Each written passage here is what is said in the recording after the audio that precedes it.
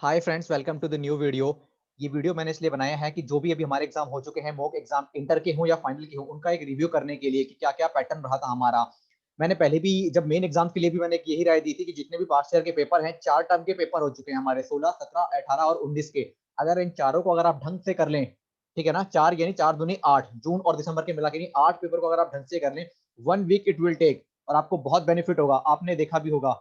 एक बार रिव्यू करें हम, फाइनल का जो लॉ का था वो जून और दिसंबर 17 का जो पेपर था उसका, उससे ही पिकअप किया हुआ था कॉम्बिनेशन पूरा का पूरा। एफआर अपना जून 17 से, और आपका एसएफएम हो गया दिसंबर और जून 19 के पेपर से जो है कॉपी पेस्ट किया गया है। ध्यान रखना, क्वेश्चन सेम है, मैंने आपको पहले बताया था, वो छोटे छोटे पॉइंट्स में आपसे मांगेंगे। और एमसीक्यू का भारी भरकम जो था एमसीक्यू आया था। तो इस बार जो है मेरा मानना यह है कि एग्जाम निकालने के लिए गाइस काफी एक समय है इस एग्जाम को क्रैक करने का, ठीक है ना।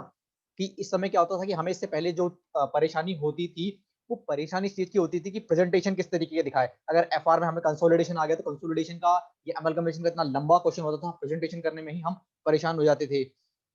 ठीक है। तो अब जो है उसका क्या है, समाधान ये निकल चुका है। उसका समाधान क्लियरली ये है कि इन्होंने छोटे छोटे पार्ट्स में बांट दिया है।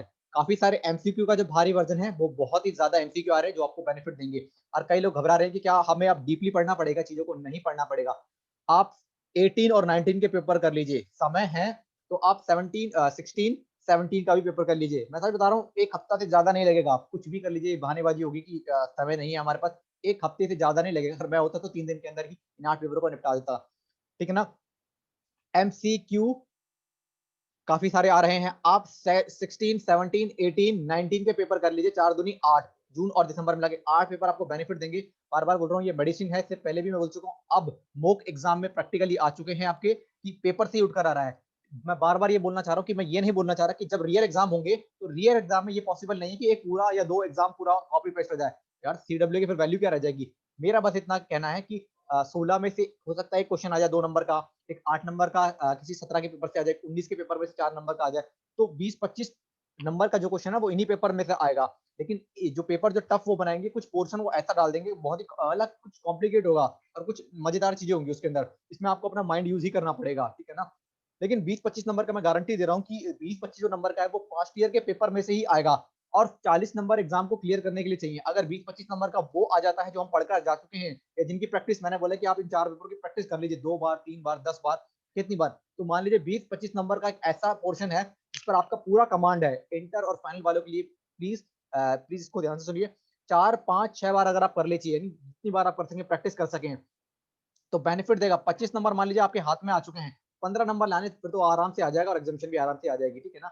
मैं बार बार यही बोलना चाह रहा हूँ। और जो पोर्शन था जून और दिसंबर का, लेकिन ऐसा पॉसिबल नहीं कि 1 या 2 या 3 पेपर का कॉपी पेस्ट कर दिया जाए एग्जाम में, ठीक है ना। ये सीडब्ल्यू का एग्जाम है, सीएमए का एग्जाम है, इट इज नॉट इजी। बस हाँ, ये कहना है कि 1-2 जो क्वेश्चन नहीं, 8 या 8, 16 नंबर का पेपर में आ जाए, 20-25 नंबर का पेपर में आ जाए, पास्ट ईयर के पेपर में से, ठीक है ना। जो immediate past president Balvinder sir थे, उन्होंने भी यही बोला था कि ये नहीं बोला था कि पेपर आएगा, उन्होंने दिया था कि इट विल बेनिफिट यू अगर आप ऐसा करते हो तो। लेकिन मैं कह रहा हूँ कि 20-25 नंबर का आराम से आएगा। 16, 17, 18, 19, जितना पॉसिबल है 2 कर लीजिए, 2 पेपर कर लीजिए। 18 और 19 के कर लीजिए। अगर समय है, अभी बहुत समय है, फिर भी अभी कोई ऐसा गया नहीं है, तो दिस इज द रूट। मैं आपको बोल रहा हूँ, मेडिसिन है। आपने देखा होगा जो क्वालिफाइड सीएमए की जो मैं अपने इंटरव्यूज कराता हूँ, तो उसमें आपने देखा होगा कि उन लोगों का भी एक्सपीरियंस यही था, पास्ट ईयर के पेपर करिए और आपको बहुत बेनिफिट होगा। उनमें से कईयों के तो 20 में से काफी ज्यादा पेपरों में तो एग्जामेशन ही थी। इंटर और फाइनल मिला के 8 या 10 में तो एक एग्जामेशन की रैंक आई थी। बार बार मैं ये लिए फोकस कर रहा हूँ। ठीक है, ये मेरा रिव्यू है। इंटर का तो आपका जून 19 में से पेपर आया है। आपका फाइनेंशियल अकाउंटिंग का हो गया, ऑपरेशन मैनेजमेंट हो गया, और आपका लॉ हो गया। तो ये जून 19 से आया है, ठीक है ना। एक शॉर्ट वीडियो, ज्यादा लंबा नहीं खींचूंगा। बार बार ये बोलना चाह रहा हूँ कि एक बहुत बेहतरीन मौका है हमारे पास। थोड़ा हमें एक्सटेंशन और मिला 1 महीने का, तो उसका बेनिफिट भी हमने उठाया। और अभी भी समय, अगर किसी ने नहीं किया है तो कर लीजिए, प्लीज प्लीज प्लीज।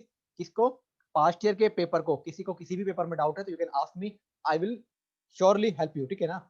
लेकिन इनको कर लीजिए, बहुत बेनिफिट होगा। लेकिन मैं 100% ये बोल रहा हूँ कि बार बार ये नहीं होगा कि पूरा पेपर कॉपी हो जाए या 2-3 पेपर मिलाकर कॉपी हो जाए। कुछ कुछ पोर्शन अलग अलग, मतलब कुछ 17 में से आ गया, कुछ 18 में से आ गया, कुछ जून 17 में से आ गया। तो ऐसा करके 20-25 नंबर का आपका हेल्प हो जाएगा। 40 चाहिए, ठीक है ना गाइस। तो यही शॉर्टकट मेरा रिव्यू था। और उसके अलावा कईयों को इशू आ रहा है कि मोबाइल से चला रहे हैं, तो मोबाइल से जो जो टूल है वो सही चल जा रहा है, एग्जाम सही से दे रहे हैं, लेकिन जो लैपटॉप है उससे इशू आ रहा है। तो मेरा ये पर्सनल ओपिनियन है, अगर आप एग्जाम दे रहे हो तो ठीक है, लेकिन आप लैपटॉप से ही हैबिचुअल हो जाओ। क्या नाम है उसका, लैपटॉप से ही आप एग्जाम देने के आदी हो जाओ, ये आपको बेनिफिट देगा, ठीक है ना।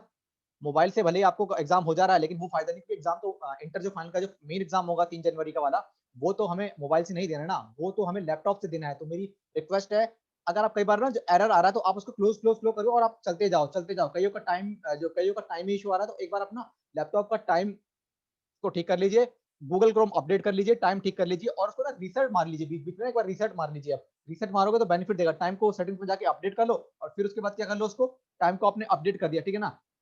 टाइम को आपने अपडेट कर दिया, टाइम को जैसे आपने अपडेट कर दिया, ठीक है ना। टाइम को अपडेट करने के बाद क्या करना पड़ेगा, उसको रीसेट मार लेना एक बार। अगर आप रीसेट मार लोगे तो उससे क्या होगा, फिर स्मूथली चल जाएगा। कईयों का टाइमिंग का इशू आ रहा है और कईयों को ये आ रहा है कि आप क्लोज जो भी आ रहा है ना, क्लोज करते जाइए। वेब कैम में भी इशू आ रहा है, क्लोज करते जाइए और सबका काफी लोगों का स्मूथली चल रहा है। पहले पेपर में जो था वो इशू आया था, लेकिन अब ठीक चल रहा है। लेकिन मोबाइल से प्लीज कोशिश ना करिए, क्योंकि मोबाइल से तो स्मूथली चल जा रहा है। मेन एग्जाम जो है हमें वो कैसे देना है, एक्चुअल मोड में देना है, यानी लैपटॉप मोड में देना है। So I am ending this video. कोई भी डाउट है तो you can ask it from me. Okay, thank you so much guide for this video.